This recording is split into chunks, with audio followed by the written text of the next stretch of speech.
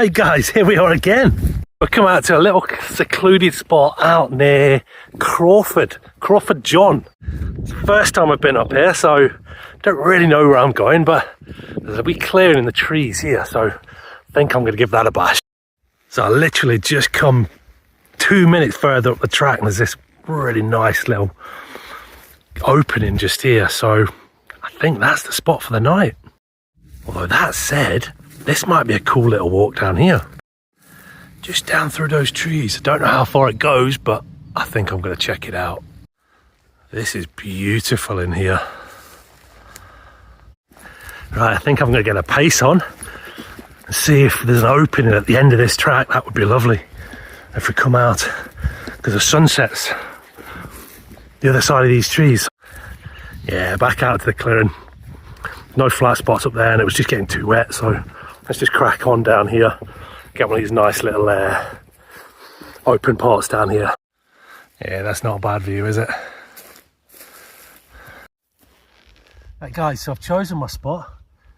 Might be a bit hard, so I might need a couple of rocks to put the pegs in, or I might even just rock the tent out.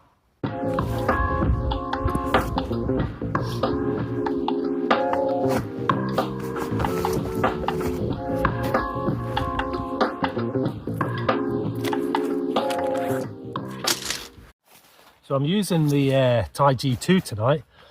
I had a bit of a disaster with it a few weeks ago and the OEM frames bent in the wind.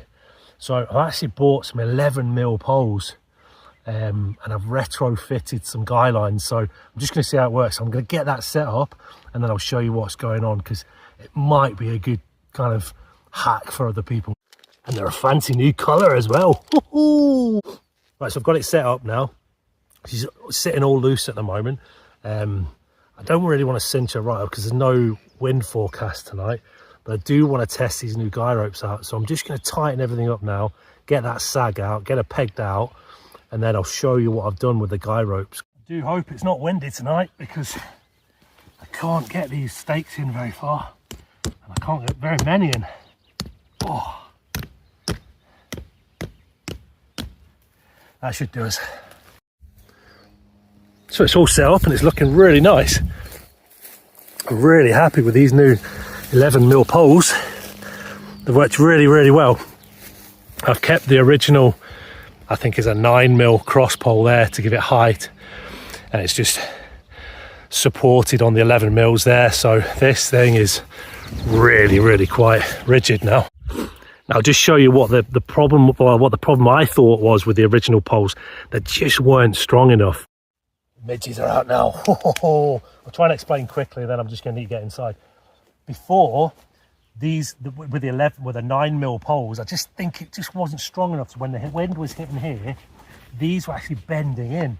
Now I tried to put extra guy ropes on it, and the poles just bent. They bent out of place. So hence the reason I got the 11mm. So hopefully, once I've got this new guy rope fixing, this new guy rope combination out, it will just stop these from pushing in a bit, and these already are a lot more robust than the original or the OEM ones. I've retrofitted just a little Dyneema string onto the cord of the fly sheet. So what I intend to do is attach the guy ropes to these with little clips. I don't keep them on all the time. Now, sod's law, there's not a breath of wind tonight, so I'm not going to need guy ropes, but I will set them up. I'll put them out, I'll stake them out as best as I can. I might have to rock them out just to see how it works. Just give them a little bit of a tug, see how it interacts with the new frame and the fly, see what tension there is. Now, I have to confess, I was absolutely devastated when I bent the old frames. Kind of hyper focused on getting it sorted, getting it fixed. I know I got the Vern 1 PC, which is a stone, which is a rock of a tent, but I really wanted this as my lightweight version. I think the 11mm poles will work really well, but like I say, I kind of obsessed over it for a while, and again, that just part of my being, my nature, my autism, that I just obsess on things. So hopefully, I'm just fingers crossed I get this right. Right, so what I was saying to you about the guy ropes, I bought these little kind of really strong, they're not carabiners, they're just clips, they're like spring clips. I don't know the official name for them, I'll put it up afterwards. But the idea was that I would take this bit of guy rope that I've attached to the webbing, clip this to the webbing, wrap it round a couple of times to take the pressure off everything, and then that should create a really nice solid guy rope. Right, so I've been having to play about with it, and I don't think we actually need to wrap it round the pole. I think because this clip is now proud of the pole, it's not going to scratch on the pole. That's me pulling that pretty hard. And if I've got 8 of those on there, it's not going anywhere. Now, I've decided what I'm going to do is I'm going to lengthen this little bit of the little bit of guy rope that I've tied on to the webbing here, or I've actually tied it onto the fixing of the webbing here. I'm going to lengthen that so that it's probably about, I don't know, 100 mil long. Loop it, and then I'll be able to clip this onto it, wrap it round, so that it's actually this double section here that's wrapped around the frame. I can't do that now. I'll leave that for next time, but that's a modification I am going to make. And as per the rest of the camping world, I have the Flex Tail 5.0 to blow this up. It does it in a flash. I don't know whether anybody else finds that it doesn't quite get it blown up enough. So I know you shouldn't put moisture inside it because it wrecks the insulation, but do you know what? I like to have a firm sleeping pad, so I always just put a couple of breaths in afterwards just to make sure it's solid.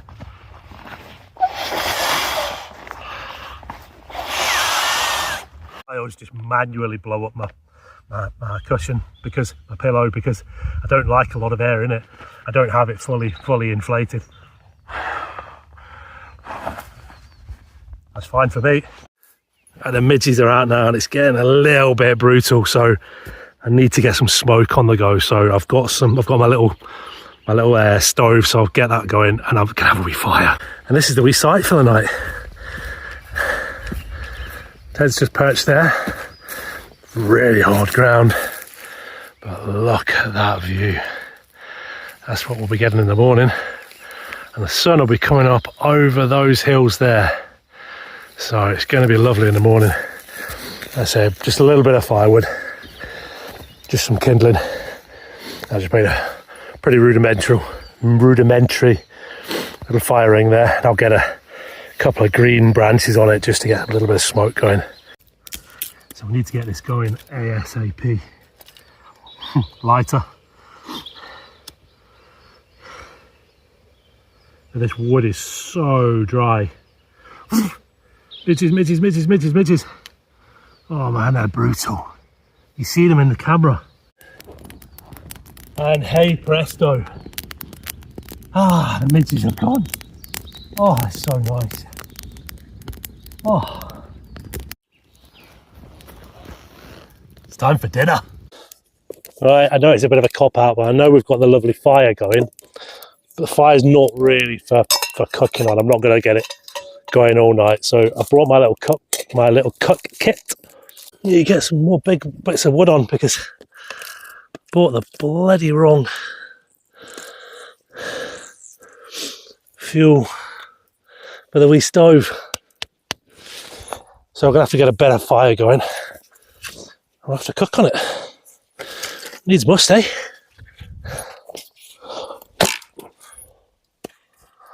Thought there was a bit that flew off there. Got a big bit of butter in there. I'll wait for that flame to go down, and I'm going to have to get this in there straight away. What have we got? It's got a really nice haggis here, and I brought my little bean mix again. Although I've got mushrooms in it tonight, so I've got kidney beans with mushrooms, chopped mushrooms, and I love a bit of salt and salty peri-peri, or peri-peri salt rather, and then some chili flakes and some coriander in it again. So just need to get this flame died down a bit, and then get the pan in there. It's going to be thrown together a wee bit tonight though, because I wasn't expecting not to use the wee stove. But hey, I have to improvise. Right, so I'm just going to get the bottom melting a wee bit. Just perch it on there a second. I don't know whether you can see that in there. I think you probably just can. That's bubbling away nicely. I think what I'm going to do is I'm just going to cook on that flame. Get my haggis in there. Right, so what I'm hoping is get this fire, keep this fire going for maybe another half an hour. The sun will be totally gone then, I think. We'll be dark in, I reckon we'll be dark in an hour. And the weather, the temperature will drop. I know it will, maybe 3-4 degrees Celsius tonight. But if we just keep this fire going, there's the haggis cooking away nicely. Keep this fire going, the midges will just stay away. And then when the temperature drops, the midges will just, they'll all go to bed. Quite enjoying this. I've had worse Saturday nights, I tell you. So we stir. Like that haggis up through the mushrooms and the beans and all that. Just looks and smells amazing. Might put a little bit of water in there just to moisten it up a wee bit.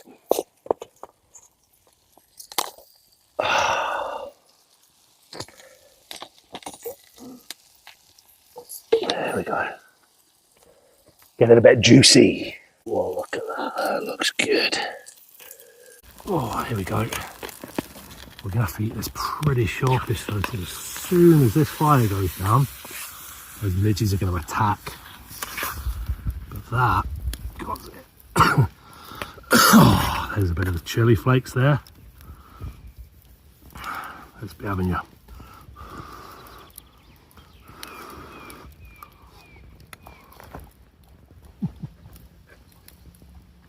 And you know what, having cooked it on the fire, you might have seen a wee bit of a flame going on there. It's got a smoky taste to it. It's really, really nice. So I have a very good Syrian friend, work colleague, with Khaled, and we've often spoken about him coming along on the camps, and I've said, yeah, but we don't really have fires. Gal, let's check that out. Right, so I've finished dinner. I'm going to put a pot of water on so I can have a wee coffee. Grab the pan. Ugh.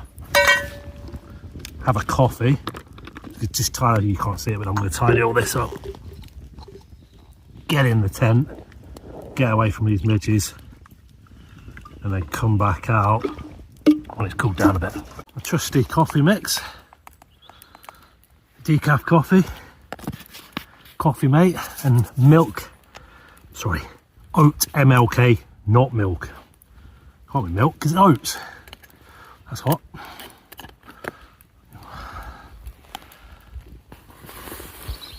Oh, that's good. That's a nice. Fire's still smouldering away. Let that fully burn out before I retire for a couple of hours. I'll come back out. I think it's going to be a clear night, so the stars should be magical tonight. Because we're right next to the forest, so shouldn't be any light pollution. Right, the plan was to get back up, maybe do a bit of stargazing, take some pictures, maybe get a little fire going, but I'm cream crackered. As you can hear, my nose is all bunged up, my hay fever's kicked in, and my eyes are streaming. So I think it's lights out, bed for me. I'll see you in the morning. Morning. Oh, really, really, really good sleep. I'm kind of thankful for the midges in the end because they trapped me in my tent, I suppose, because it was just getting brutal outside. There was zero wind last night, no air movement at all. So the tent is soaking condensation. And I actually kept this whole door open. Just had the inner and the inner and the mesh zipped up, so there was plenty of air coming through, and it's drenched in here this morning. And to add to that, the midges are coming out. Yeah. Now, guys, I really don't want to go on about midges. I don't, but just think about them. See if you're coming camping in Scotland at this time of the year. If you're not up high, and I'm next to a woodlands here.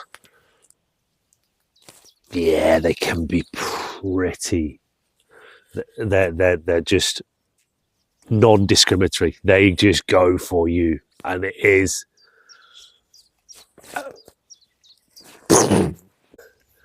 And because I obsess over things, like I was saying last night about the poles, it took me ages to find these poles, because it just takes so long and look at every little detail. Now that's slightly different. These are billions of little beasties flying around, but there might not be billions of them flying around. There might be a few, but because they're in my mind now, and I fixate, I hyperfixate, it can just drive me crazy, for want of a better phrase. Hyperfixation, there's a good word for you. Now, as an autistic person, I never used to realise that I did it, but I so do. Any little thing, it can be can be some new shoelaces for my boots. I can take days, literally days, to decide what shoelaces to buy for my boots. That's how autistic minds work. I'll change that phrase. That's not how autistic minds work. That's how my autistic mind works. Now, I have to say, I kind of lost my way a little bit there, because I think, like many new, small, tiny YouTubers, we obsess. And as you can imagine, I obsess over data. I'm looking at subscribes, I'm looking at likes, I'm looking at everything. I'm looking at all the analytics. And I moved away from what I actually enjoyed. I enjoy coming out here, being outside, but camping. I love the camp. I love the camping. I love the setup. I kind of forgot what I was trying to do, or what I was aiming to do. I am still aiming to help me to use this as a conduit for improving my mental health, but also to highlight to other people going through the same situation as I am. I'm an older guy. I'm 48 now. I was diagnosed last year. Someone said to me the other day, how does it really help? It's just a label. Yeah, well, to you, it might just be a label. To me, it's made me understand why I am the way I am. It put 47 years of, well, 47 years is an exaggeration. Let's say 40 years of just being a little bit different into perspective. It's made me understand why I was the way I am, the way I was. But I just need to remember in here why I'm doing this, and just have those reminders every now and then. I think it's time to get out and brave the beasties. Right, let's go and get out. Let's go see my pals, my midges. Oh.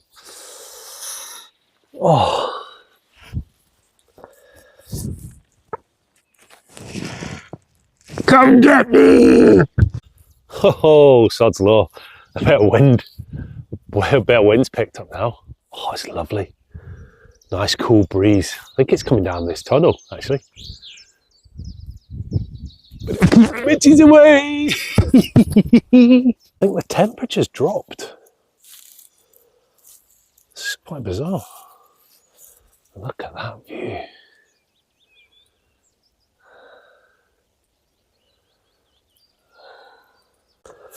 It's not bad to wake up to, is it?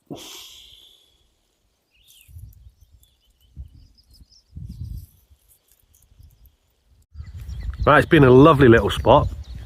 You see just here, just perched on this little kind of ridge here, but it's time to get cleared up. Right, so there was a pile of rocks over in the corner there, and when I arrived yesterday, there was a couple of other fire circles about. I've cleared those away as much as I can. In fact, I've used the rocks in my little fire pit here, which is so I'm just going to clear my fire away just now, put the rocks back over there, clear the ash away, just try and clear up as much as I can.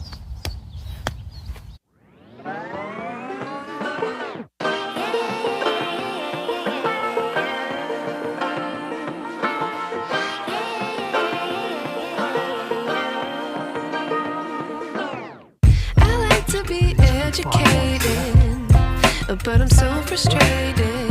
Hello to my loneliness. I guess that ignorance is bliss. Take me back to before I knew. Rewind, take it out of cue. Innocence can be a young man's game.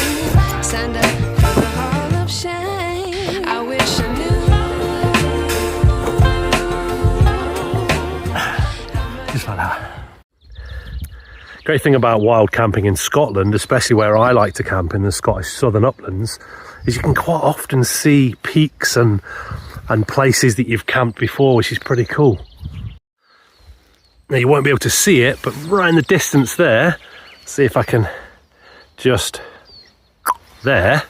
That's Green Lowther. That's the highest peak, the highest in the region, in the Lowther Hills where I am, and that's where I camped last week. So as always, you don't want to see me packing away. There's the tent, it'll be in my bag in a minute.